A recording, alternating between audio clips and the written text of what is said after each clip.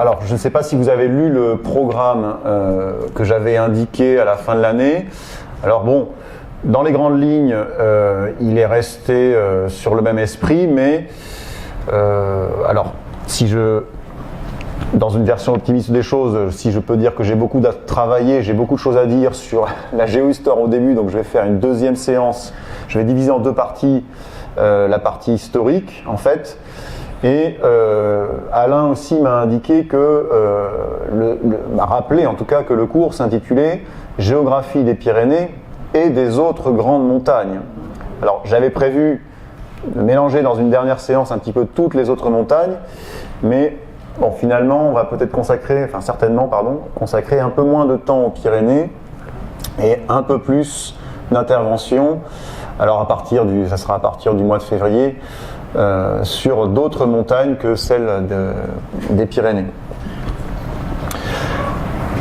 Alors la séance d'aujourd'hui, traverser les Pyrénées de la mer à la mer, géohistoire d'une itinérance originale. Alors j'aurais pu en ajouter partie 1, puisque donc la semaine prochaine, mardi 26, il y aura une partie 2 sur la même thématique. Alors vous avez déjà certainement peut-être aperçu des balises rouges et blanches de ce type qui sont évidemment associées dans les Pyrénées à celles du GR10, mais vous savez peut-être que ce sont celles aussi utilisées pour le GR11, mais en fait aussi de tous les GR. Et d'ailleurs cette balise en question n'est ni sur le GR10 ni sur le GR11. Si j'étais sournois, je vous demanderais où est prise cette photo. Mais bon, pour ceux que la réponse intéresse, c'est au côté sud du port du Retz. Donc, port du Retz, c'est près du pic de Beaubermé, au-dessus des mines de Saintin, en Ariège. Mais là, c'est côté espagnol, dans les anciennes mines de Saintin, où il y a de très grands vestiges. Et donc là, il faut imaginer... au 19e et début du 20e siècle, il y avait des wagonnets sur des rails poussés par des ouvriers français essentiellement, mais aussi espagnols parfois, qui trimaient donc tout l'été pour apporter un peu de minerai. Alors, parenthèse close sur cette illustration, les sentiers GR, qui signifie grande randonnée, sont gérés en France par la Fédération française de randonnée pédestre, la FFRP, un acteur dont on entendra parler plusieurs fois au cours de ces séances, qui a même fait une marque déposée de ces GR. Normalement, il faudrait estampiller avec un petit C, soulignant que c'est une marque déposée, chaque GR, le GR10, etc. Et ces GR, vous l'avez peut-être déjà remarqué, sont de plus en plus nombreux en France. Alors vous avez peut-être déjà eu l'occasion de cheminer sur l'un d'eux. Vous connaissez certainement le sens de ces trois balises. Donc à gauche, on est sur le bon chemin. Au centre, qu'est-ce qu'on a fait ? C'est trompé. Effectivement, il faut revenir sur ses pas. Et à droite, un virage s'annonce à droite d'ici quelques mètres. Effectivement. Vous pourriez faire des bonnes équipes de baliseurs, peut-être que c'est déjà le cas. Alors normalement, il existe des systèmes de balises un peu plus complexes. Ici, c'est issu d'un topo-guide parmi les premiers publiés sur le GR10 dans les années 70. Mais bon, je n'ai jamais observé, moi, ces balises qui sont représentées ici de manière assez complexe, avec plusieurs bandes horizontales barrées pour des erreurs de virage. Bon. Ils ont peut-être laissé tomber des projets initiaux. Alors si on regarde sur une carte de France du site de la FFRP, en rouge, vous avez les tracés des GR officialisés par la FFRP aujourd'hui. Donc on constate que rares sont les régions françaises où il n'y en a pas finalement. Il y a une densité vraiment importante aujourd'hui. Ils sont particulièrement denses, vous l'observez dans les chaînes de montagne. Il y a quand même une sorte de réseau dans les Pyrénées, les Alpes et aussi le Massif central. On distingue en fait tous les massifs montagneux, le Jura, les Vosges. On voit assez bien aussi la région parisienne, le Nord, Pas-de-Calais semble aussi être assez bien pourvu. Bon, il y a des régions un peu moins bien desservies, ça ne veut pas dire qu'il n'y a pas de randonneurs non plus. L'outre-mer, globalement, est assez peu servi en GR. Alors, ces GR sont parfois même célèbres. Vous avez peut-être entendu parler du GR20, le fameux héros du film finalement dans lequel s'illustre Benoît Poelvoorde. Vous l'avez peut-être vu, le film Les Randonneurs de 1997 déjà. Vous connaissez peut-être le GR5 qui est censé permettre de traverser les Alpes françaises, du lac Léman à Nice, bon, etc. Il y en a beaucoup d'autres. Ce cher Alain, par exemple, a cheminé en partie sur le chemin de Saint-Jacques. Alors, lui, il a pris une voie qui ne prend pas vraiment un GR français, puisqu'il a vu qu'il est parti de chez lui. Mais le GR 653 est celui qui longe la voie d'Arles sur les chemins de Saint-Jacques. Et ces GR de plus en plus nombreux drainent donc des randonneurs également de plus en plus nombreux. Donc c'est un fait non seulement sociologique, mais aussi géographique, puisque ces marcheurs se déplacent dans l'espace, objet de l'étude du géographe. Et le géographe, qui s'intéresse à l'interface homme-nature, ne peut être qu'interpellé par le succès de ces marches. Beaucoup de géographes, on en reparlera, ont justement mis en exergue le fait qu'il fallait soi-même pratiquer le terrain, marcher, analyser les paysages en les observant. Et tous ces marcheurs sont porteurs d'une certaine démarche géographique. Et donc j'ai choisi de consacrer ces séances à la traversée intégrale à pied du massif pyrénéen, alors d'un espace maritime à l'autre. C'est pour ça que j'ai intitulé le cours de la mer à la mer. Alors ça peut être vu de manière relativement peu pertinente. Certains auraient voulu peut-être qu'on inscrive de l'océan à la mer, mais on peut faire aussi de la mer à l'océan. Alors je ne sais pas comment faites-vous. J'aurais pu mettre d'un espace maritime à l'autre, c'est trop long à écrire. Bon, et souvent, quand vous allez à l'océan, bon, vous dites que vous allez passer une journée à la mer, non ? En tout cas, quand on est en famille, c'est souvent ce qu'on fait. N'en déplaise aux géographes qui sont pointilleux sur le vocabulaire. Alors, cette question des traversées intégrales va être justement au cœur du sujet de ma thèse de doctorat. Et donc j'ose espérer que par les interventions que je vais faire avec vous, l'association de ce travail de thésard et mes interventions avec vous permettront donc des synergies fructueuses, des échanges, qu'on s'apprendra mutuellement des choses, j'espère, par vos réactions et vos remarques. Alors, pour excusez-moi, je suis un peu long pour l'introduction, mais c'est la première séance, alors je fixe un petit peu les choses. Bon, j'essaierai à chaque intervention de terminer à peu près 10 minutes avant la fin pour laisser un peu de temps à la discussion, s'il y a des questions. Mais après, bon, je répète que l'introduction sera peut-être moins longue la prochaine fois. Alors, en géographie, je voulais de manière assez classique revenir au passé de ces traversées, m'interroger donc, alors peut-être par des formations professionnelles, puisque je suis prof d'histoire finalement, en lycée depuis presque 20 ans, mais le géographe d'une manière générale, pour comprendre l'espace et son organisation, et les logiques des acteurs qui sont inscrits dans ces territoires, a souvent besoin de revenir à l'histoire, d'où le lien confraternel qui lie ces deux disciplines enseignées par la même personne dans les établissements français. Alors ce n'est pas forcément le cas d'ailleurs dans les autres pays, mais il y a bien un facteur historique à la compréhension des espaces. Alors l'histoire des Pyrénées, du tourisme, de la randonnée et même de la marche ont déjà largement été étudiées par des personnages bien plus éminents que moi d'ailleurs. Et donc moi je vais, si vous le permettez, me consacrer vraiment à un fait vraiment précis, celui des entreprises pédestres de traversée intégrale des Pyrénées. Alors pour nous, le GR10 ne sera qu'une alternative à cette possibilité, donnée justement par la FFRP. Il y en a beaucoup d'autres, et finalement elles sont infinies, sur lesquelles nous réfléchirons. Alors, qu'est-ce que j'entends par traversée intégrale ? pour ce massif pyrénéen. C'est un parcours donc de plusieurs centaines de kilomètres à pied, bon, au moins 500, c'est difficile de faire moins vu la taille des Pyrénées, du Cap de Creus côté espagnol jusqu'au Cap du Figuier pour sa plus grande envergure. Et donc d'un espace maritime à l'autre, en passant quand même par la haute montagne pyrénéenne.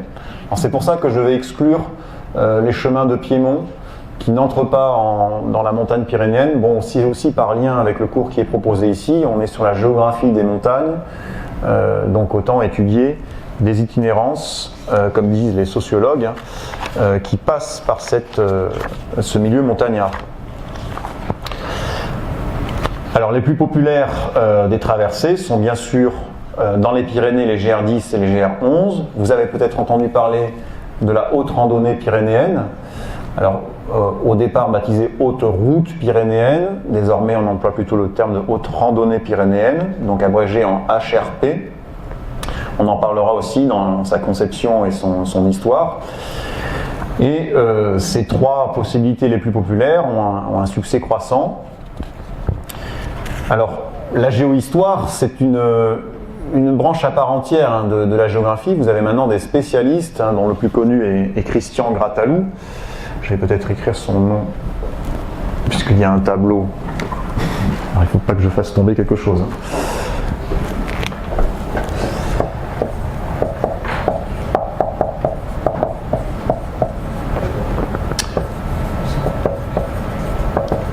En géographie, donc, Christian Grattalou, alors qui se revendique comme géographe, est vraiment le spécialiste incontournable de la géohistoire, alors qui a publié moult atlas historiques en vente dans la plupart même des grandes librairies, c'est des éditions à grand tirage. Et la géohistoire a pour particularité de réfléchir donc avec une approche géographique, les outils et les méthodes de la géographie dans des périodes passées. Donc on essaye de comprendre le présent à partir d'un raisonnement finalement actuel de géographe, mais en observant des faits plus anciens.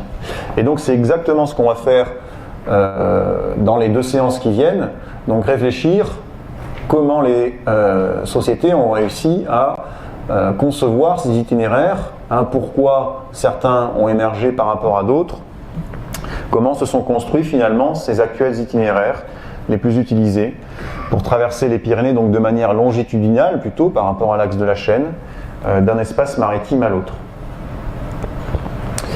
Donc la première partie, c'est celle qui va nous occuper aujourd'hui.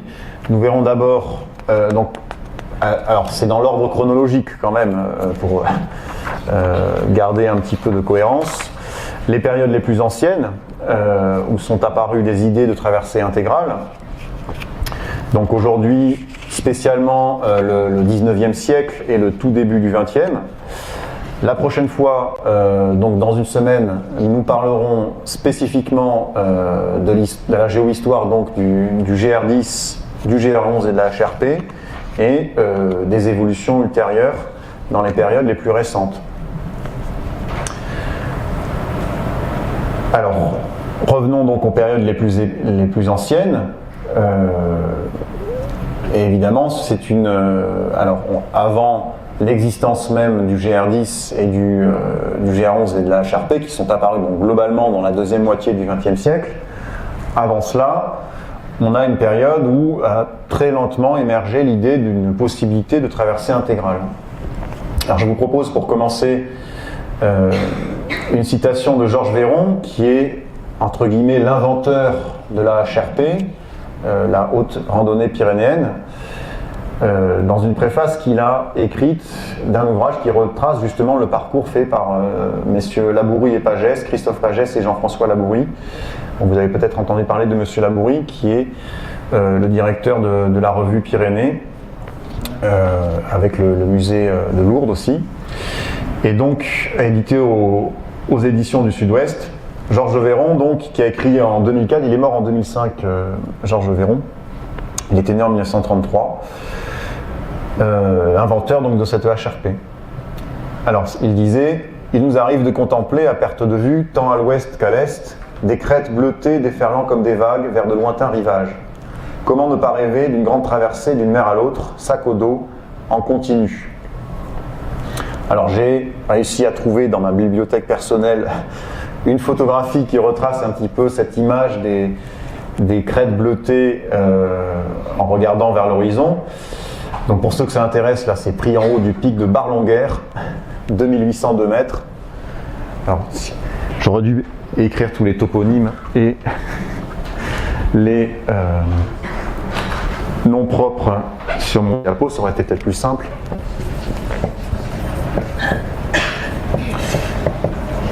Donc le Bar-Longuère est un des grands sommets ariégeois du Couserans qui fait frontière avec l'Espagne.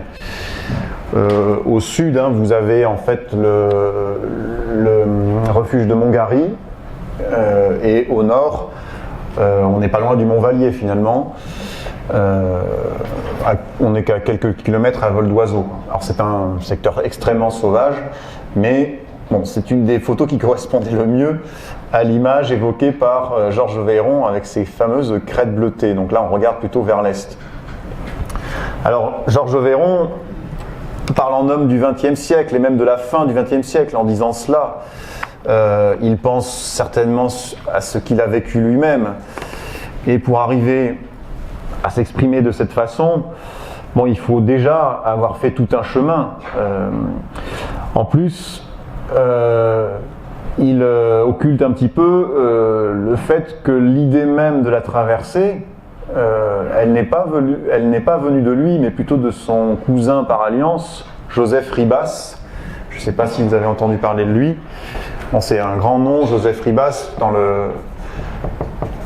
dans l'histoire littéraire des Pyrénées, écrivain qui a été professeur aussi. Et qui a beaucoup publié dans la revue Pyrénées, dans la presse locale aussi, il a été journaliste, et qui a écrit un petit précis de pyrénéisme paru en 2008. Et bon, Joseph Ribas a un peu soufflé à son cousin Véron cette idée de traversée. Et si on remonte encore plus loin, puisque là, Georges Véron, c'était dans les années 60 qu'il a fait sa première traversée, eh bien, il était impossible en fait de penser comme Véron. Rêver cette traversée, ça a vraiment pris des décennies et pendant des siècles, c'était une idée longtemps irréalisable. Traverser des montagnes, en fait, si on prend l'expression comme telle, c'est une idée vieille comme le monde. Dès que l'homme a abordé des montagnes, il a souhaité les traverser. Mais bon, encore fallait-il les connaître. Alors, c'est à l'époque moderne que la cartographie a très lentement émergé. Vous avez ici un extrait de la carte des Cassini, donc relevée pendant plusieurs décennies finalement du XVIIIe siècle. Et pour les Pyrénées, elle a été établie de manière définitive à peu près dans les années 1780. Vous trouvez cette carte de Cassini sur le site de l'Institut de géographie nationale, l'Institut géographique national, qui s'appelle géoportail.gouv.fr. Je ne sais pas si vous en avez entendu parler, mais c'est une mine d'informations pour tous les géographes et les fanas de géographie, puisqu'on trouve vraiment une quantité de données assez effarante. Alors, avant que l'on dispose de telles données cartographiques, traverser des montagnes, bon, c'était surtout aller le plus vite possible pour passer le moins de temps en montagne. La montagne était une contrainte, et donc les projets de traversée, s'il y en avait, ils étaient forcément transversaux. Donc faire une traversée longitudinale avait quelque chose d'illogique et d'aberrant. Donc les historiens situent pour la plupart un changement de regard au cours du XVIIIe siècle, plutôt à la fin d'ailleurs du XVIIIe siècle, plutôt d'abord dans les Alpes, puisque elles ont été les premières visitées par les premiers touristes, les participants au Grand Tour, notamment dans la noblesse anglaise et de l'Europe du Nord-Ouest. Et dans les Pyrénées, fin 18e, on constate également un tournant avec l'arrivée donc des premiers touristes, avec un petit retard par rapport aux Alpes, mais bon, les Pyrénées sont quand même On parle souvent du retard comparatif avec les Alpes, mais bon, les Pyrénées ne sont pas si éloignées quand même des grands centres moteurs de l'Europe de l'Ouest. Sous-entendu, bon, les Pyrénées, c'est pas ni les Carpates, ni le Caucase, ni l'Himalaya. On a un retard toujours relatif, et les Pyrénées, dans les 2 derniers siècles, ont connu toutes les étapes du développement du tourisme. Alors, un des premiers grands touristes dans les Pyrénées, c'est bien sûr le fameux Ramon. De son nom complet, donc Louis-François-Élisabeth baron Ramon de Carbonnières, donc, qui a vécu donc, de 1755 à 1827. Vous savez certainement qu'il est venu dans les Pyrénées, d'abord à Barèges, qui est une sorte de capitale du tourisme pyrénéen, à la fin du XVIIIe siècle. Donc il est arrivé en 1787, juste après l'affaire du collier, dont son maître, entre guillemets, le cardinal de Rohan, souhaitait peut-être couper un petit peu pour se changer les idées en allant prendre les eaux à Barèges. Alors Ramon, prendre les eaux, ça lui allait bien quelques temps, mais il a eu besoin de prendre l'air et il est rapidement sorti pour gambader. Il a fait l'ascension du pic du Midi de Bigorre et il s'est pris d'une envie de rechercher donc le plus haut sommet des Pyrénées. Alors Ramon était un scientifique quand même de très haut niveau. Il a enseigné les sciences naturelles.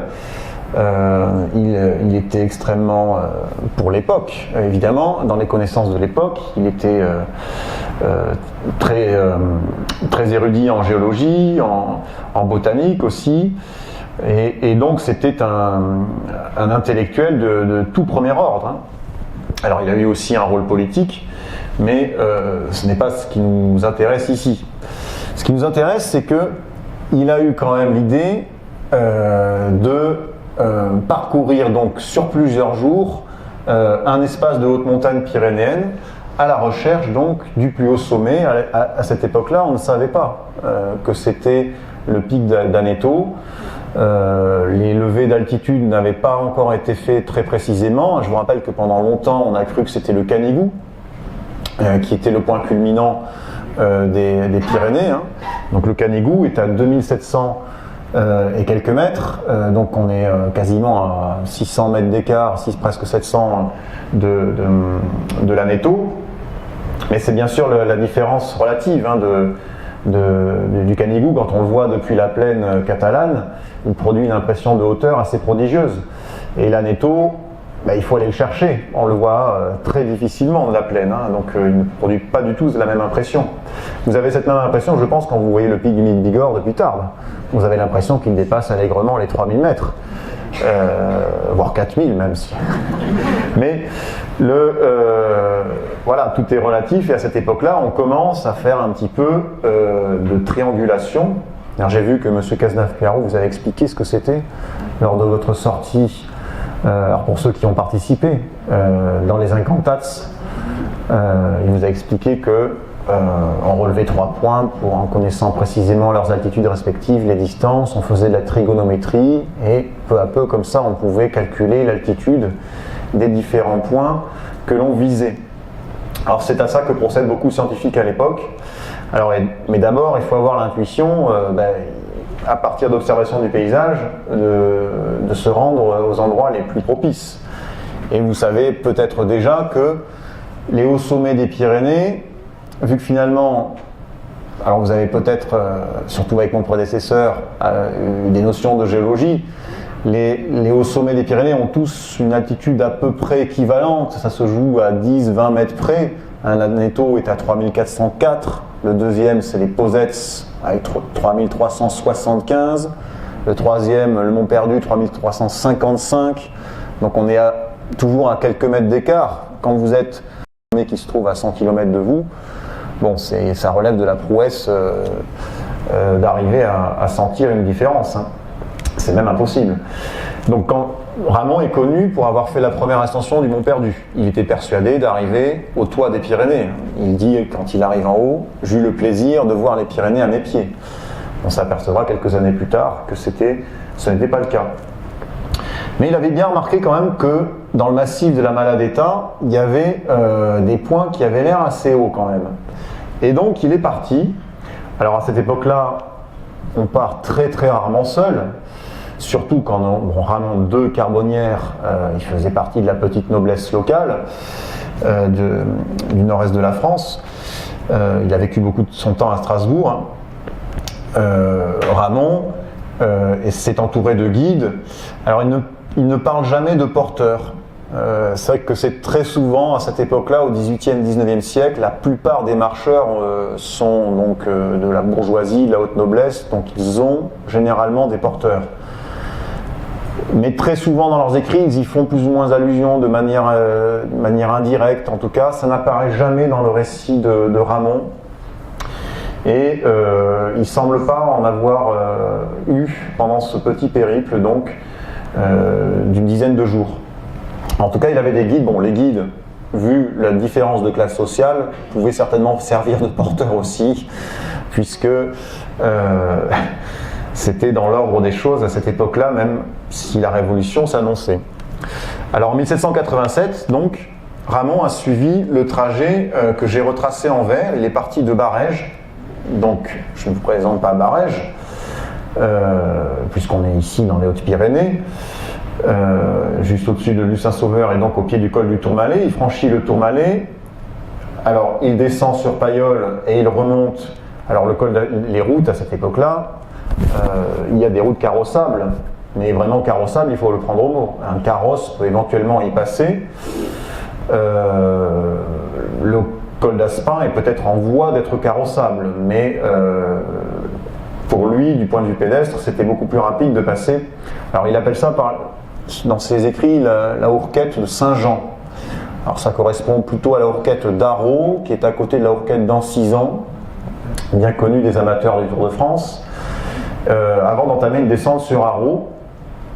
Et alors j'attire votre attention sur les prouesses sportives des hommes dont nous allons parler. Alors car il s'agit d'hommes pour ce qui concerne ces traversées. Il a fait donc Barèges, Loudunvielle en une seule journée, à pied.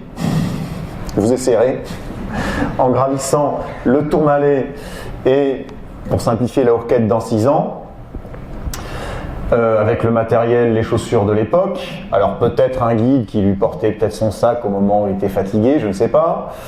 Mais c'est toujours assez impressionnant. On est de l'ordre de la soixantaine de kilomètres dans la journée. Il arrive tard, il est accueilli par une fermière qui lui offre le gîte. Il ne précise pas s'il donne quelque chose pour compenser, certainement, ça se faisait beaucoup. Et il repart le lendemain. Donc il fait ensuite une étape un peu plus courte, Loudunvielle au haut. Mais on se rattrape le surlendemain, depuis le village d'Au. Il franchit le port d'Au et il arrive jusqu'à Bénasque. Donc Au-Bénasque, en une seule journée, en passant donc à plus de 2900 mètres d'altitude, dans des conditions. Alors là aussi, ça interpelle le géographe quand on lit ces témoignages. C'est surtout ça sur quoi on va insister. Il a beaucoup parlé de son passage du port d'Au dans ses observations faites dans les Pyrénées. Donc il est passé quelque part entre les pics du Seuil de la Bac, qui sont des sommets à 3000 mètres au-dessus du refuge du Portillon, et le pic du port d'Au. Et le pic des Gourgs Blancs, qui a un promontoire qu'on appelle aujourd'hui le pic Jean Harlot. Alors on est au-dessus de 2900 mètres. Aujourd'hui, donc là j'ai pris une photo, c'était au mois d'août. Voilà ce qu'il reste donc des glaciers au mois d'août 2024, du Seuil de la Bac. Donc là c'est occidental. Le principal glacier est en fait de ce côté ici, là où je mets la flèche. Mais donc ils ne sont que peau de chagrin à côté de ce qu'a connu Ramon. Dans sa description, Ramon, il est en août aussi, c'est en août, donc plutôt lui d'ailleurs un peu plus tard, à la fin août, moi c'était début août ma photographie. Il parle d'une région entièrement couverte de neige, dans laquelle les zones sans neige sont l'exception. Il parle d'un glacier avec des crevasses qui descend jusqu'au lac glacé, qui portait à cette époque-là bien son nom. Il était vraiment glacé. Le lac glacé, alors j'ai pas une photo directe de lui, vous l'avez ici, donc on voit bien qu'il est tout à fait libre de glace. Hein. Et donc Ramond décrit une pente là dans ce massif, donc qui est la Puce de Montarquet, une pente à l'ombre complètement couverte de glace avec des crevasses qu'il n'envisage pas de traverser. Donc c'est pour ça qu'il a contourné par la droite ce glacier crevassé et qu'il s'est dirigé spontanément donc vers ce port d'eau. Donc on imagine aussi les températures qu'ils subissent, etc., avec le matériel dont ils disposaient. Il n'avait pas de prévision météo non plus. Évidemment, ce qui devait arriver arriva. Un énorme orage éclate sur la tête de Ramond et ses guides au moment le plus opportun, c'est-à-dire au moment où ils sont à 2800 mètres dans la neige avec le matériel de 1787. Et par la Providence leur offre ce fameux rocher que j'ai réussi à retrouver par sa description. Alors il n'y a pas de plaque à poser sur le rocher en question, on pourrait en faire peut-être un monument patrimonial à l'avenir pour rappeler que Ramond s'est reposé sous ce rocher. Hein, on voit, là j'ai essayé d'aller derrière, vous voyez il y a une sorte d'abri qui est sur la photo de gauche, qui est disposé. Il y a quelques pierres qui ont été bougées, hein, alors par des bergers certainement anciens, et qui permettent un minimum de confort, on va dire, avec beaucoup de guillemets, pour ceux qui souhaitent s'y abriter. Et sous ce rocher, Ramond a rêvé d'un abri, un véritable abri avec une cheminée, pour y accueillir donc les voyageurs et leur éviter tous les désagréments de la haute montagne. Alors, dans son rêve, il pensait plutôt à quelque chose qui ressemblerait aujourd'hui à l'observatoire du Pic du Midi, puisqu'il voulait observer le ciel, les étoiles, faire des relevés scientifiques dans cet abri. Alors que M. Labourie, quand il cite cette traversée inaugurale de Ramond, il voit une analogie avec l'idée d'un refuge pour les randonneurs. Ramond ne raisonne pas comme ça, il raisonne encore en scientifique, et les premiers hommes qui traversent les Pyrénées sont des scientifiques d'abord. C'est la science qui pousse ces hommes à sortir donc de leur confort, et par curiosité, ils vont commencer à faire des exploits. Alors Ramond ne traverse pas les Pyrénées. Il fait ce qu'on peut appeler une traversée inaugurale du pyrénéisme, parce qu'on le qualifie parfois d'inventeur du pyrénéisme. C'est le premier à faire de grandes ascensions, premier à faire un parcours aussi long dans les Pyrénées, de plusieurs jours, mais il n'a pas eu l'idée de traverser les Pyrénées en entier, et il a posé, on va dire, quelques jalons intéressants de notre point de vue. Et sachez qu'aujourd'hui, la HRP passe tout à côté justement de ce fameux rocher, hein, et qu'à quelques kilomètres, il y a un refuge aujourd'hui, hein, le refuge du Portillon, un des plus célèbres pour la randonnée dans les Pyrénées. Il y a le refuge d'Espingo aussi, un peu plus bas. Et bien sûr, il y a l'hôtellerie du lac d'Eau, dont vous avez peut-être entendu parler. Alors à l'époque de Ramond, ça s'appelait le lac de Séculéjo, ou Séculéo, je ne sais pas comment on prononce vraiment. Le lac d'Eau a pris un autre nom aujourd'hui. Alors je disais que Ramond était un scientifique, mais c'est vrai que la limite se floute à cette époque-là entre scientifique et touriste. Est-ce que pour avoir des connaissances scientifiques, il était vraiment nécessaire d'aller jusqu'en haut du Mont Perdu? Est-ce qu'il était vraiment nécessaire de prendre autant de risques sous un orage à 2900 mètres d'altitude? Est-ce qu'il était vraiment nécessaire de prendre autant d'initiatives que les deux grands personnages dont nous allons parler dans cette deuxième sous-partie, puisque d'autres scientifiques, à la suite de Ramond, donc, vont être les premiers hommes à traverser les Pyrénées. Alors ces deux hommes ne sont pas très connus, on va en expliquer les raisons, mais ils ont un rôle fondamental, hein, dans l'idée que cette traversée est possible, réalisable, qui va lentement émerger. Donc le premier, Augustin Pyramus de Candolle,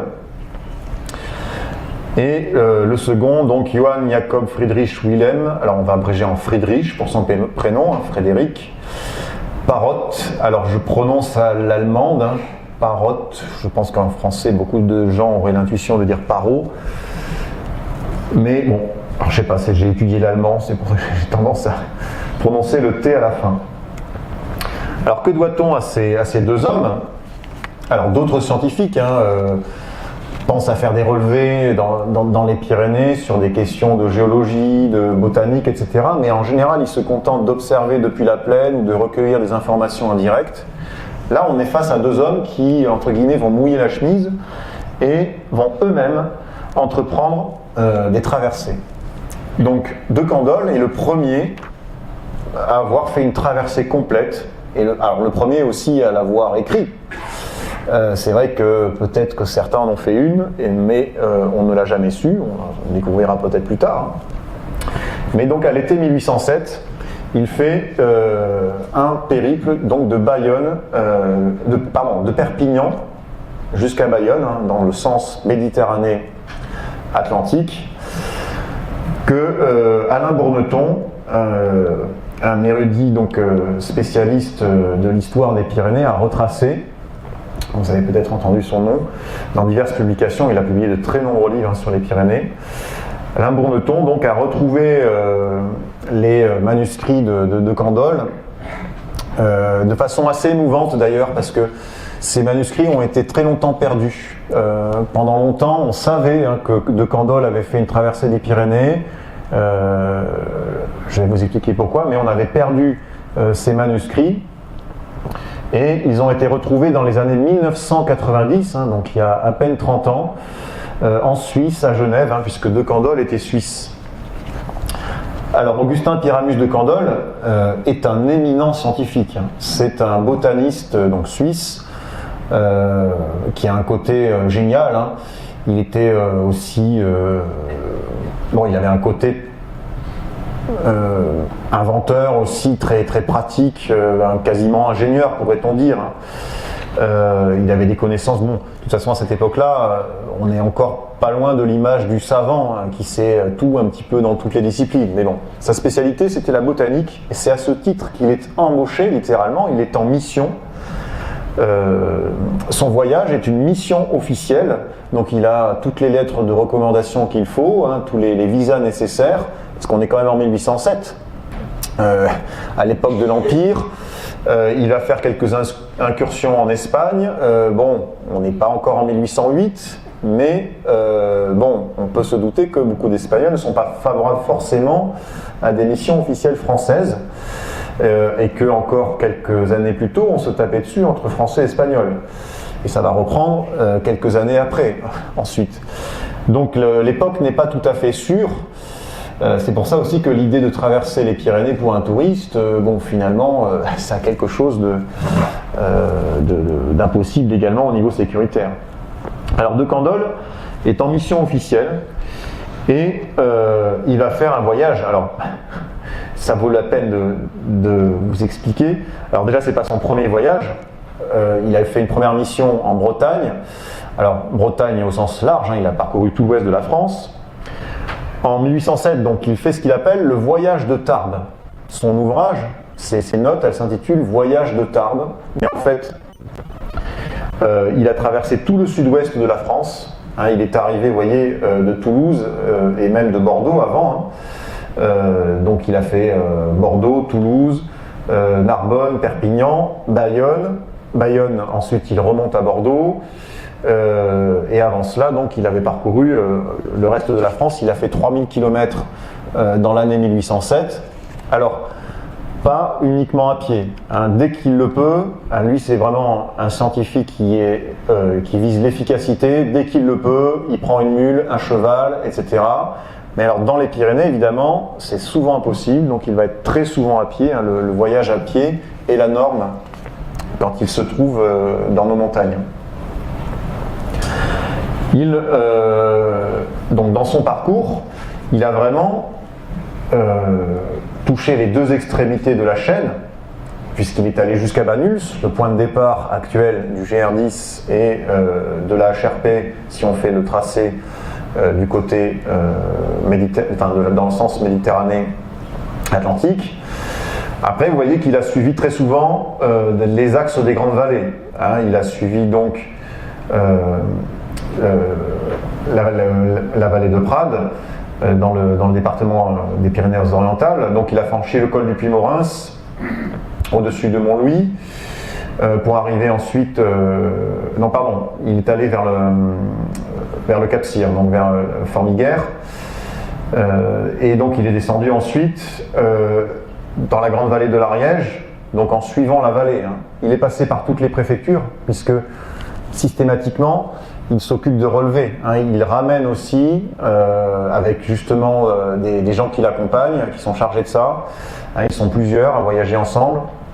Il ramène des insectes, des plantes. Il a ramené 5000 objets de son périple dans les Pyrénées. Donc à chaque fois qu'il passe dans une préfecture, une réception est organisée en son honneur, il est reçu avec le préfet et il remet tout un coffre avec tout un tas de prélèvements qu'il a fait dans les montagnes. Et alors son périple dépasse le simple travail scientifique de botaniste en fait. Alors dans un style vraiment très austère et très neutre, objectif, le souci de raconter ce qu'il a vécu, ce qu'il a vu. Donc il se fait un petit peu sociologue, observateur des populations, presque ethnologue, avec une distance, vu qu'il est suisse, et donc avec une distance finalement très utile pour nous, pour pouvoir observer les mœurs de la société qu'il croise. Donc, il a gravi en plus au cours de son périple, puisqu'il a le souhait d'aller observer les plantes le plus haut possible. Il a gravi des sommets à 3000 mètres. Il est le premier à faire le récit d'une ascension du Mont Calme, donc un des plus hauts sommets de l'Ariège. Il se rapproche de la Maladeta sans réussir à en faire l'ascension. Il atteint l'altitude de 3200 mètres dans le massif de la Maladeta. Il est allé lui aussi au port d'eau, comme Ramon. Il est allé dans la vallée de Litérol, donc là aussi franchir un col à 3000 mètres. Donc il est vraiment allé en haute montagne, même si on le voit, son itinéraire suit les axes des vallées, ce que ne font pas du tout les GR10 et HRP actuellement, ou enfin plus le GR10, mais il est vraiment parfois avec des dénivelés très faibles sur certaines étapes. Vous voyez même qu'il fait une incursion totalement en plaine entre Tarbes et Pau. Alors, à ce propos, il a laissé des témoignages assez presque drôles quand il est passé dans nos villes. Alors bon, vu que je les avais prélevés, bon, c'est une petite digression, mais je vous les livre. Il arrive à Tarbes. Alors il trouve la ville infiniment plus jolie que ce à quoi il s'attendait. Bon, je vous laisse réfléchir sur ce que cela veut dire. Il y rapporte donc que la ville a une apparence d'austérité. Les femmes y sont généralement jolies et bien mises. Ah oui, ça c'est vrai. Et alors, il est surpris par une petite touche vestimentaire sur la tête des gens qu'il croise. Aux environs de Lourdes, les hommes portent de petits bonnets plats et ronds qui ont un aspect singulier et qui ne les abritent ni de la pluie ni du soleil. Mais pourquoi donc portent-ils cela? Et quand il arrive à Pau, il constate que les paysans portent presque tous les mêmes bonnets de cuir qu'à Lourdes et Tarbes. On les nomme barrettes. Il n'a pas très bien compris, mais ou alors c'est peut-être la façon de prononcer qu'avait à l'époque, mais on reconnaît bien sûr, nos bellettes, peut-être, de l'époque. Et alors à Pau, apparemment c'est aussi joli, Pau, pour pas faire de jaloux, si certains apprécient la capitale du Béarn, une jolie ville de 9700 âmes à l'époque, où la population a aussi, il emploie le même mot, une aire d'aisance et de propreté cette fois-ci. Bon, parenthèse refermée, mais vous voyez, c'est le genre de détails qui sont vraiment assez intéressants, parce qu'après, bon, il développe beaucoup, et on peut lire ça donc dans ses passages quand il est à Arreau, à Luchon, etc., voire dans les hautes montagnes avec les bergers. Donc c'est un homme qui a marqué à la fois le pyrénéisme, la botanique, et de notre point de vue, qui fait office donc de première cette traversée alors dont le tracé sera finalement pas vraiment repris, si ce n'est par les routes qui vont être tracées, mais en fait c'est lui qui les suit déjà. Les routes existent déjà plus ou moins. Alors le deuxième homme qui a réalisé une grande première de notre point de vue, c'est Friedrich Parrott, donc 10 ans plus tard à peine. Donc lui il vient de plus loin. Alors il est né à Montbéliard, mais donc il parle français. Mais il a été éduqué, il est germanophone, hein, ses parents parlent allemand. Il a beaucoup travaillé pour le tsar, donc il doit certainement très bien parler russe. Il a beaucoup voyagé. Il n'en est pas du tout à sa première expérience montagnarde quand il arrive dans les Pyrénées.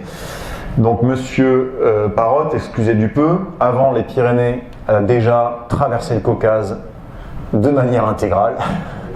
Donc il me semble que c'était en 1800. Alors oui, j'ai pas noté l'année, pardon. Donc je vais pas vous dire de bêtises. Donc c'était en 1811, pardon. En 1811, il a traversé le Caucase. Donc excusez du peu, 1000 km, alors que les Pyrénées, bon, en vol d'oiseau, n'en font que 500 à peu près. Et ce qui est intéressant pour nous, c'est quand même qu'il a déjà fait la traversée d'un massif d'un espace maritime à l'autre, puisqu'il est allé des bords de la mer Caspienne au bord de la mer Noire. Il a suivi une crête en plus, dont la chaîne axiale a à peu près la même orientation est-ouest. Alors, le Caucase a une inclinaison légèrement plus vers le nord, mais bon, c'est léger. Hein. Et il a dû, en tout cas, observer, en allant donc, lui aussi, un chemine. Alors, lui, au contraire de Candolle, il chemine donc de l'Atlantique vers la Méditerranée. Hein. Il a commencé par Saint-Jean-de-Luz. Donc, par contre, j'ai pas eu d'information est-ce qu'il a fait dans le même sens pour le Caucase. Il faudra que je cherche. Mais en tout cas, il a cette même caractéristique longitudinale pour le Caucase. Ce sont les deux seuls massifs de la Terre, hein, comme ça, qui relient deux espaces maritimes de part et d'autre d'une péninsule. Parce qu'après, vous avez des montagnes qui vont d'un espace maritime à l'autre, mais sur des îles ou sur des étendues tellement immenses que ce sont sur des chaînes continentales, carrément. On n'a pas d'autre exemple finalement d'un espace qui amène d'une plage à une autre et d'un espace maritime à l'autre. Alors c'est une analogie assez surprenante de notre point de vue. Donc en 1817, quand il arrive dans les Pyrénées, il a une solide expérience, il est monté à plus de 4000 mètres dans le Caucase, il a même fait dans les Alpes, pour s'échauffer un petit peu en quelque sorte, une tentative du Mont Rose. Il est arrivé à 4400 mètres. Il y a un sommet à côté du Mont Rose qui porte encore aujourd'hui son nom, hein, la Parrott-Spitze, 4434 mètres. Et c'est pas donc son premier fait d'armes. Donc ça va beaucoup jouer hein, dans toutes les aventures qu'il va rencontrer dans les Pyrénées. En quelque sorte, il en a vu d'autres. Hein. Alors il est aussi connu, petite parenthèse aussi, pour avoir fait la première du mont Ararat. En Turquie actuelle. À l'époque, c'était l'Empire ottoman, donc. Et voilà, donc dans une vie finalement très occupée par les montagnes. Alors lui, c'était un médecin, mais on le nomme de temps en temps dans certains écrits physicien. Lui aussi, en fait, était un peu touche-à-tout au niveau scientifique. Alors lui aussi a un côté génial, hein. Il a inventé lui-même le thermomètre, il a conçu lui-même le thermomètre qu'il utilise, il a modifié son baromètre qu'il va trimballer tous les jours de toutes ses itinérances. Il est préoccupé de nivellement barométrique. Il veut, je cite, étudier la limite des neiges éternelles, des zones de végétation, les formations géologiques ainsi que les altitudes, au moyen d'observations barométriques. Il veut donc faire du nivellement barométrique pour mesurer, en scientifique qu'il est, les Pyrénées. Alors là aussi, on est forcé de remarquer qu'il y a un peu plus que ça. Il est poussé par une curiosité scientifique, inspiré donc de cet esprit des Lumières, et de ce progrès auquel croient les hommes et certainement les femmes de cette époque. Vous avez évidemment envie de faire remarquer que on n'est pas forcément obligé d'aller au sommet du Mont Rose ou au sommet de tout ce qui va gravir dans les Pyrénées pour faire du nivellement barométrique. Il peut aussi prendre des altitudes sur des cols ou sur des crêtes relativement faciles d'accès. Il a quand même un petit souci de compétition, finalement, on pourrait dire aujourd'hui. Il le sait qu'il est le premier quand il arrive quelque part et qu'il est vraiment le premier. Il fait la première du sommet de la Maladeta, par exemple, 3308 mètres. C'est un sommet qu'a raté Ramon. Ramon avait essayé d'y aller, échec. Candolle aussi a essayé d'y aller, il n'a pas réussi à aller jusqu'en haut. Et Parrot revient, il est au courant de tout cela. Et il fait savoir, même dans les jours qui suivent son ascension, on l'acclame à Luchon, ça paraît dans la presse locale, et on est au courant. Il a fait l'ascension de la Maladeta. Il a fait une ascension du Mont Perdu. Alors, c'est pas la première, mais il a cherché à embaucher le même guide que Ramon, quelques années plus tard. Donc, il était bien au courant. Vous voyez, il y a un peu plus que du scientifique derrière. Et s'il n'avait pas fait une petite erreur, il aurait peut-être fait la première ascension du Vignemale, puisqu'il raconte lui-même que quand il est arrivé à Pierrefitte, il s'est planté. Il voulait aller à droite, et perdu dans ses pensées, préoccupé de sa science, il a filé directement vers Luz, et il s'en est rendu compte trop tard. Il s'en est pas tenu rigueur, mais il le raconte bien. Et en fait, vu son CV de montagnard, on peut se dire que s'il avait été au pied du Vignemale, il aurait certainement réussi, parce que il avait le don de savoir trouver les itinéraires et de ne pas s'inquiéter si il y avait des difficultés. Alors, son trajet a été longtemps inconnu. Là aussi, il y a une histoire de redécouverte. Alors, il a publié un livre très rapidement, dans les années 1820, à propos de son périple, mais en allemand. Et du coup, pour les Français préoccupés de pyrénéisme, d'histoire des Pyrénées, il a été très longtemps inaccessible. Reise in den Pyrenäen. Il n'a été traduit qu'en 1954. Et donc, en fait, en France et dans la plupart de la littérature consacrée aux Pyrénées, il a été largement oublié. Alors, l'historien du pyrénéisme, Henri Beraldi,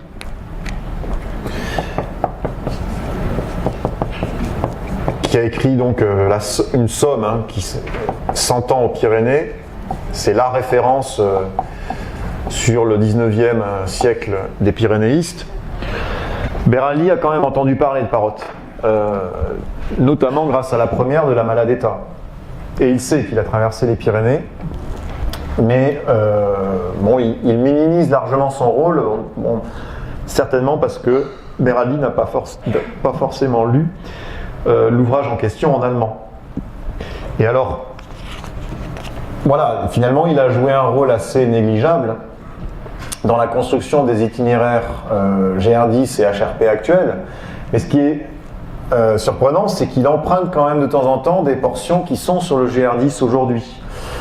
En Ariège notamment, il passe au col de l'Accord, au-dessus du Couserans, là, avant de descendre sur Oust.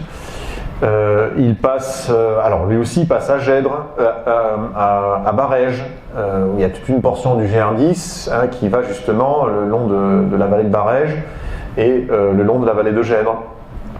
Il franchit certains grands cols, qui sont aujourd'hui pour la plupart routiers, mais c'est vrai qu'à cette époque-là, quand on cherchait à marcher à pied, on n'avait que l'embarras du choix. Donc aujourd'hui, les concepteurs du GR10 ou de l'HRP vont essayer de fuir les routes goudronnées qui n'existaient pas, bien sûr, à l'époque des hommes qui nous intéressent. Et donc, si on termine sur Parrot, on peut aussi, pour souligner son exploit, apprécier la performance sportive. Donc il y a de très nombreuses étapes de l'ordre de 40 km catégorie. Et alors lui, c'est entièrement à pied. Il le précise bien dans son ouvrage, il n'a pas touché un cheval, ni une mule. Hein. Il semble voyager seul. Lui aussi, aucune référence à un porteur. Hein, et dès qu'il embauche un guide, alors il a embauché des guides hein, pour la Maladetta, pour le Mont Perdu.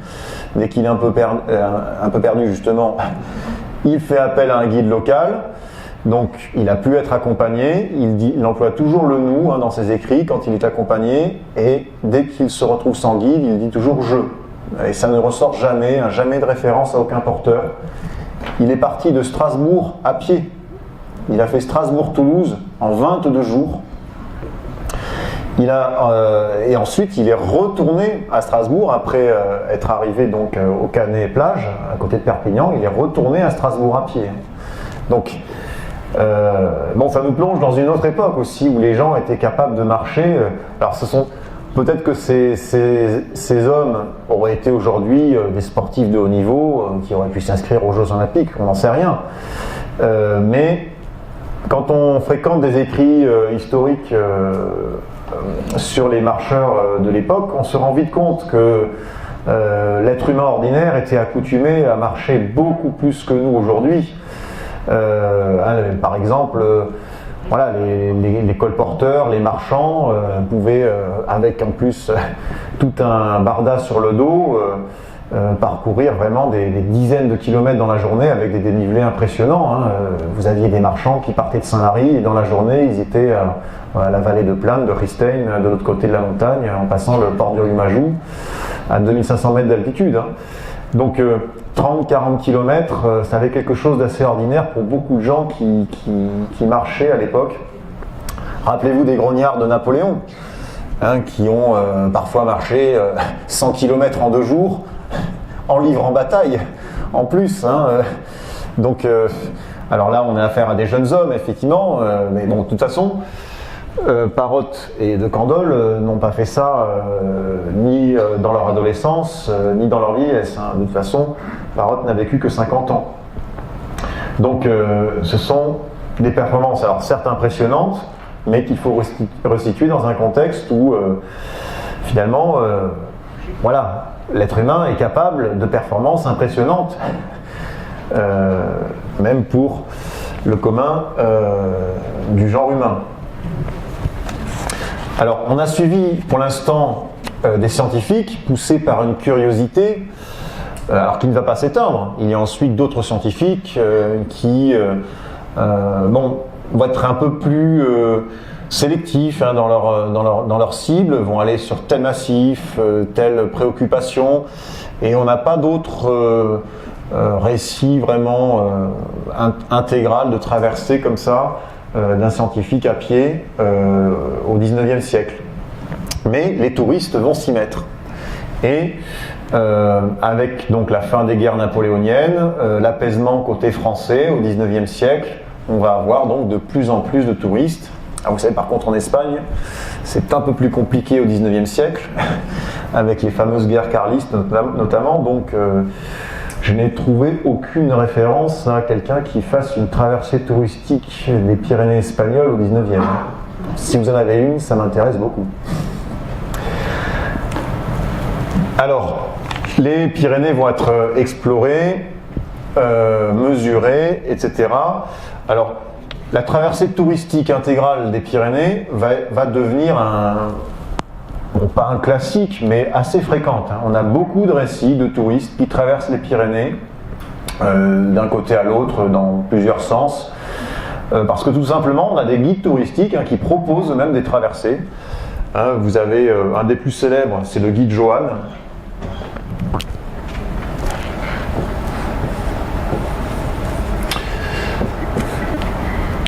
Le guide Johan qui a un exemplaire consacré aux Pyrénées à partir de 1862.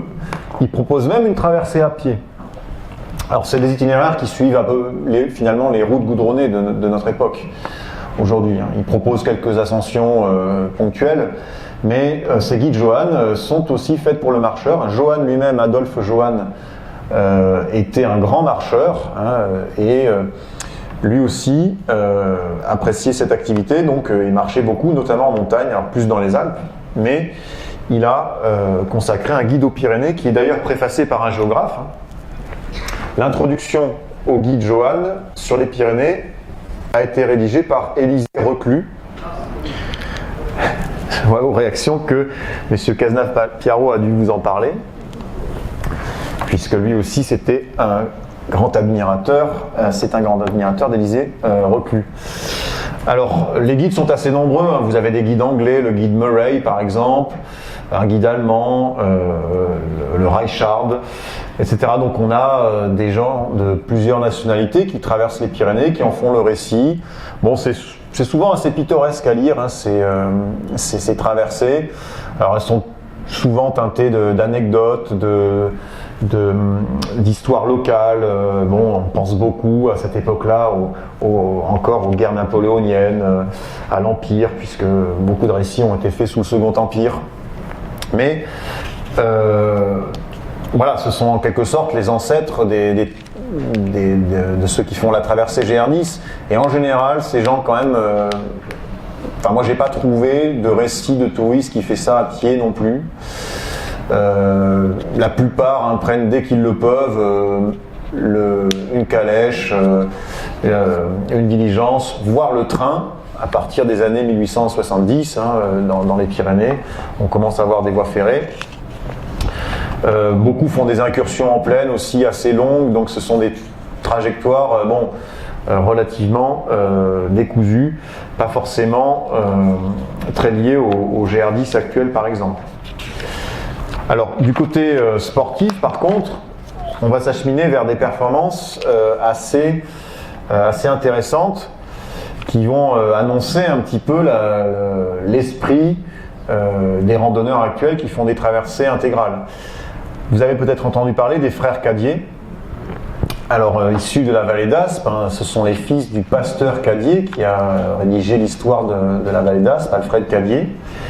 Et ces 5 frères Cadier n'ont pas traversé les Pyrénées en entier, mais ont fait une traversée en gravissant quasiment tous les sommets de 3000 mètres, depuis donc la Maladeta jusqu'à chez eux, le retour à la vallée d'Aspe. Donc ils ont gravi les sommets de Maladeta, du Luchonnet, de Gavarnie-Montperdu, du Néouviel, etc.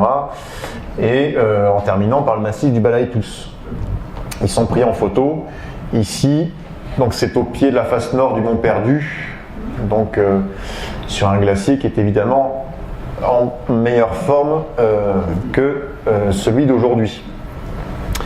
Donc on a déjà un esprit qui pousse à la volonté de chercher des exploits qui vont se rapprocher de ceux qui peuvent être faits aujourd'hui par des sportifs. Bon, vous avez peut-être entendu parler de Kilian Jornet par exemple, qui a gravi tous les 3000 des Pyrénées alors je ne sais plus combien de jours, en 7 ou 8 jours, pour s'entraîner, pour faire les 84 000 des Alpes, là aussi en moins d'un mois je crois, ou quelque chose comme ça, en quelques semaines en tout cas. Donc les Cadiers avaient évidemment un niveau d'escalade extrêmement élevé, c'était ce qu'on appelait en son temps le pyrénéisme de difficulté. Bon, qui va inspirer des personnes. Aujourd'hui, vous avez aussi récemment Jean-Louis Audubert, donc c'était il y a une trentaine d'années, qui a fait une traversée qui finalement reprend un petit peu l'esprit des Cadiers. Jean-Louis Audubert a fait une traversée, lui, en suivant toutes les crêtes des Pyrénées par la ligne du partage des eaux. On est un peu finalement dans des gens qui sont inspirateurs de cet esprit avec les Cadiers.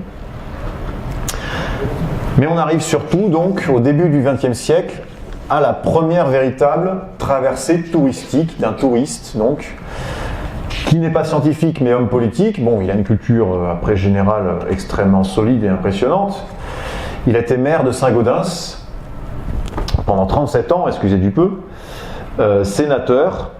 Et il a réalisé donc en 1906 une traversée en 30 étapes, alors qu'il prétend facile, mais là aussi, quand on mesure, alors déjà 30 étapes, je vous rappelle que le GR10 est vendu pour 45 jours, normalement, la HRP 41 ou 42 selon les topos, le GR11 à peu près la même chose. Donc bon, 30 étapes pour faire la même distance, avec en plus bon, des passages qui ne sont pas très efficaces du point de vue du sens qu'il suit. Alors lui a commencé par la Méditerranée, il est allé vers l'Atlantique. Mais donc on a des étapes qui dépassent très souvent les 30 km dans la journée et qui peuvent atteindre jusqu'à 40 et quelques kilomètres sans trop de problèmes et approcher les quasiment 2000 mètres de dénivelé parfois. Hein. Mais c'est censé être facile. Donc. Alors, Jean Bepmal donc, a réalisé cette première touristique entre guillemets et surtout donc, il l'a publié et documenté dans le bulletin pyrénéen. Elle est même en ligne, hein, puisque sur Gallica, je ne sais pas si vous connaissez le site Gallica de la Bibliothèque nationale de France, on a en ligne le bulletin pyrénéen dans les plus anciennes années. C'est l'ancêtre de la revue Pyrénées en quelque sorte. Et donc il propose ce trajet, il intitule ça « Toute la chaîne en 30 jours ». Et donc il détaille son trajet. Alors, monsieur est un notable quand même, hein. Il précise qu'il vaut mieux avoir un porteur avec soi, et lui en avait un. Bon, c'est tout à son honneur que de le reconnaître aussi. Et il a quand même une phrase assez intéressante pour que je vous la livre, parce que Ribas et Véron ont dit qu'ils ont été inspirés par le trajet de Bepmal et par l'esprit qui l'a poussé. Il dit qu'il s'adresse dans le bulletin pyrénéen à ceux que n'obsèdent ni la hantise du sommet, ni la nostalgie du glacier. Ni la hantise du sommet, ni la nostalgie du glacier. Donc pour lui, ce qui est intéressant, c'est le milieu montagnard. C'est ce qu'il recherche, c'est être en montagne. C'est pas forcément faire une première, faire un exploit. Alors, de fait, on peut dire qu'il en fait quand même un. Est-ce que c'est de la fausse modestie ? Les mauvaises langues pourront dire que oui, mais il essaye de vendre une façon d'apprécier la chaîne relativement modeste, entre guillemets, de se contenter d'une belle forêt, d'une belle rivière, d'une belle vallée, d'une belle marche dans un beau cadre, sans forcément aller chercher les 3404 mètres ou les tel ou tel chiffre, le tel glacier, etc. Donc, alors, Ribas et Véron assumeront de reprendre un petit peu cet esprit de chercher d'abord le passage et non pas le sommet, bien que Véron avait un petit peu aussi un côté compétiteur quand même également, mais bon, on n'est jamais à une contradiction près. Alors Bepmal refuse les bivouacs, lui, alors qu'à cette époque-là, le sac en peau d'agneau existe bien. Il a ses défenseurs d'ailleurs, notamment la personne d'Henri Russell. Mais il choisit donc des villages et des auberges et avec son porteur donc va réussir cette traversée qui va inspirer ultérieurement. Alors j'ai fait un zoom pour qu'on voit un peu mieux les détails de son itinéraire. Alors il suit des itinéraires qui ne vont pas chercher forcément les crêtes, qui peuvent ressembler parfois à des itinéraires de plaine, surtout quand il est aux extrémités de la chaîne. Donc il part de Banyuls, encore une fois, et il franchit le col de Banyuls, donc il n'est pas très élevé, seulement 400 mètres et quelques d'altitude, et il va à la ville frontalière actuelle, à la Jonquera, là où il y a tous les bantas actuels, au sud du col du Pertus. Donc, évidemment, à cette époque-là, l'ambiance était différente. Donc là, on a une étape quasiment de plaine. Et ensuite, donc, il va s'élever progressivement dans les Pyrénées-Orientales, arriver donc à Arles et repasser plusieurs fois la frontière côté espagnol. Mais sans chercher à gravir des sommets particuliers. Alors, Véron va reprendre une partie de cette logique, alors surtout dans le sens qu'il a fait, est-ouest, mais en amenant les randonneurs beaucoup plus haut. Bon, on rejoint encore une fois l'argument d'éviter aujourd'hui les routes goudronnées, problème qui ne se posait pas non plus en 1906. Hein, on a beaucoup plus vite l'impression d'être en montagne en 1906 sur une route non goudronnée, et la fréquentation n'est plus la même qu'aujourd'hui. Alors le trajet est quand même assez compliqué. Vous voyez que dans les Pyrénées orientales, hein, il revient un petit peu en arrière au niveau longitudinal pour descendre donc dans la vallée de la Tête, mais revient ensuite en passant à nouveau par le Cap Cyr comme De Candolle l'avait fait pour passer à Ax-les-Thermes. Et là il fait une incursion en Andorre. Alors l'Andorre à cette époque-là faisait vraiment n'avait rien à voir évidemment avec ce qu'on connaît aujourd'hui, et c'était plutôt donc une vallée reculée, perdue, qui a vraiment quelque chose de très pittoresque. Mais bon, le récit de Beppmal est très pratique, donc il ne fait que lister les étapes, les horaires, les kilomètres éventuellement, et les difficultés rencontrées. Alors il propose une très longue incursion en Espagne, et c'est ça qui a intéressé Véron et Ribas lors de la conception de la HRP au niveau des Incantats. Donc il passe à Espot et au lac de San Maurici, que vous connaissez pour ceux qui ont participé à la sortie du mois de juin. Alors il monte assez haut quand même dans les Incantats. Alors excusez-moi, j'avais mis ça en ligne pour que je puisse accéder à la version dynamique. Ce sera peut-être plus parlant pour vous, enfin plus visible en tout cas. Alors oui, Beppmal, voilà.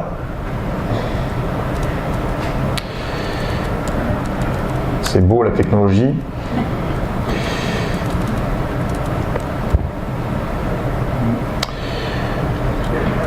Donc, il visite très bien les Incantats, hein, qui à cette époque-là sont quand même relativement mal connus. Alors, bien sûr, accompagné de guides. Hein. Et il va monter quand même assez haut. Hein. Il franchit des cols à 2600 mètres, vous voyez. Ici, donc là, col de l'Élouis, on est quasiment à 2600 mètres. Donc bon, quand il dit étape facile, il se frotte bien au milieu montagnard, hein, en arrivant vers Bénas, qui est encore à 2200 mètres. Bon, là, on est dans des pentes plutôt herbeuses quand même. Mais, vous voyez, il fait quand même une très large incursion en Espagne, chose qui va être reprise plus tard par la HRP, qui propose beaucoup de passages aussi côté espagnol, contrairement au GR10, hein, qui ne fait que rester en France. La HRP a cette caractéristique de passer d'une part et d'autre de la frontière. Alors, finalement, les incursions en France sont presque l'exception dans certaines parties de son parcours. Il est à Aranouet quand même à un moment donné et franchit donc c'est la Hourquette de Charmentas, oui, il me semble. La Hourquette d'Eas, pardon, qu'il franchit. Et il passe. C'est quasiment obligatoire quand on est un touriste dans les Pyrénées à l'époque à Gavarnie, mais il repasse très vite côté espagnol en arrivant à Panticosa. Donc là aussi on est sur des secteurs fréquentés par la HRP ou par le GR11 aussi. On est sur des portions du GR11 actuel. Vous voyez côté Pays Basque et Navarre, donc il va assez loin côté espagnol, et il ne fait qu'une petite incursion dans la Haute-Soule à un moment donné côté français. Donc une trajectoire qui va s'affranchir relativement des frontières. Bon, à cette époque-là, évidemment, bon, étant un homme politique, il a les visas nécessaires, c'est certainement un passeport. La Guardia Civile est un peu plus regardante sur les procédures pour les touristes qu'aujourd'hui. Quoi que vous me direz, avec les phénomènes migratoires, ça doit se corser aussi. Et donc on a en 1906 la première traversée touristique qui a été réalisée et elle est connue, cette traversée des randonneurs qui vont s'intéresser à la conception de nouvelles propositions, mais évidemment 1906, très rapidement les gens vont avoir d'autres choses en tête. Première guerre mondiale, bon, dans les années de l'entre-deux-guerres, il va y avoir l'épisode du Front populaire qui va amener un certain nombre de marcheurs et de touristes dans les montagnes, mais il a un côté vraiment précurseur qui va pas être réédité pendant assez longtemps. Et donc je vous évoquerai la suite du XXe siècle la prochaine fois dans une deuxième partie de cette géohistoire des Pyrénées. On parlera plus spécifiquement de la conception donc, du GR10, puis de la HRP et du GR11. Alors merci de votre attention pour aujourd'hui. Si vous avez des questions ou des remarques.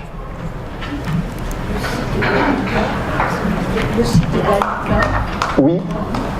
Alors, c'est la Bibliothèque nationale de France qui met tout un tas de ressources en ligne.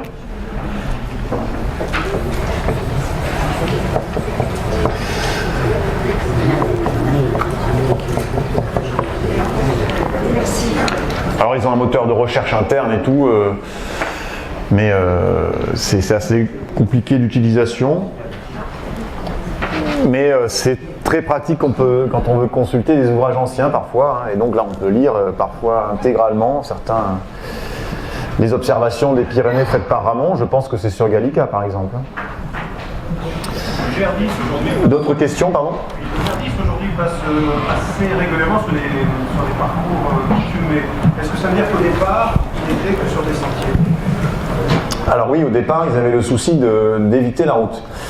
Mais on le sait, le goudron a été largement employé par les aménageurs dans la période récente. Alors, quand ils le peuvent, la FFRP continue de modifier les itinéraires. Ainsi, il y a possibilité, ils cherchent encore à respecter cet esprit des pionniers, entre guillemets, mais c'est pas toujours possible. Il y a aussi des questions de propriété, voilà.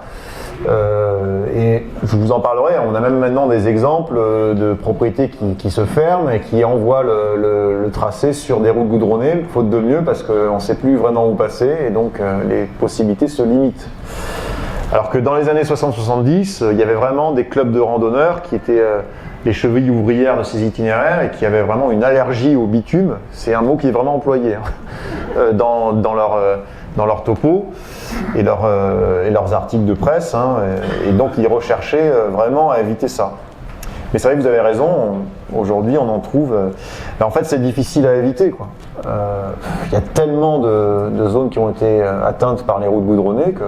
Si cette vidéo vous a plu, vous pouvez nous rejoindre à l'Université du temps libre de Tarbes et de Bigorre à l'adresse utl-tb.info. Et n'oubliez pas, si ce n'est déjà fait, de vous abonner.